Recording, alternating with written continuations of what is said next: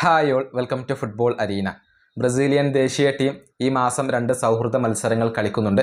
ഫ്രാൻസും ക്രൊയേഷ്യയുമാണ് എതിരാളികൾ. ഈ മത്സരങ്ങൾക്കുള്ള പ്രാഥമിക സ്ക്വാഡിനെ പരിശീലകനായ കാർലോ ആഞ്ചലോട്ടി കണ്ടെത്തിയിട്ടുണ്ട്. ഇതുമായി ബന്ധപ്പെട്ടുകൊണ്ടുള്ള ഒരു അപ്ഡേറ്റ് കൂടി നമുക്ക് ലഭിച്ചിട്ടുണ്ട്. അതായത് ബ്രൂണോ ഗിമറസ് വരുന്ന മത്സരങ്ങൾ കളിക്കില്ല. അദ്ദേഹം പരിക്കിൻ്റെ പിടിയിലാണ്. അതുകൊണ്ട് തന്നെ ഡിഫൻസീവ് മിഡ്ഫീൽഡർ പൊസിഷനിലേക്ക് പുതിയ താരങ്ങളെ കാർലോ ആഞ്ചലോട്ടിക്ക് ആവശ്യമായി വരികയാണ്.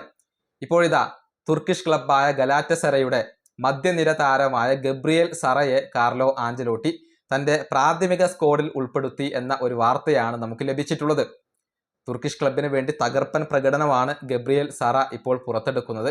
കഴിഞ്ഞ ലിവർപൂളിനെതിരെയുള്ള മത്സരത്തിലൊക്കെ ഇദ്ദേഹം 87 മിനിറ്റ് കളിക്കുകയും ചെയ്തിട്ടുണ്ട്.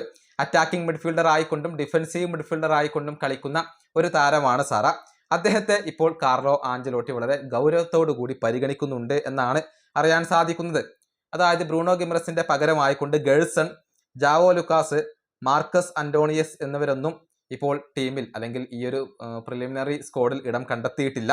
അതുപോലെ തന്നെ ജോലിൻഡൻ, ജാവോ ഗോമസ്, ആന്ദ്രേ എന്നിവരെയൊക്കെ നേരത്തെ കാർലോ ആഞ്ചലോട്ടി പരീക്ഷിച്ചതാണ്. അതിനേക്കാൾ മികച്ച താരങ്ങളെയാണ് ഇപ്പോൾ ആഞ്ചലോട്ടിക്ക് വേണ്ടത്.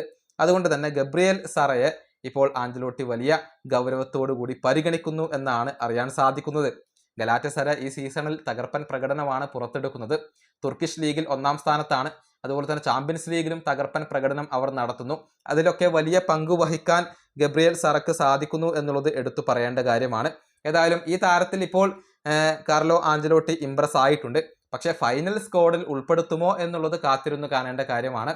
തുർക്കിഷ് ലീഗിൽ 23 മത്സരങ്ങൾ കളിച്ച സറ 5 ഗോളുകളും 2 അസിസ്റ്റുകളും സ്വന്തമാക്കിയിട്ടുണ്ട്. ഈ വീഡിയോ അവസാനിപ്പിക്കുന്നു. അടുത്തൊരു വീഡിയോ കാണാം.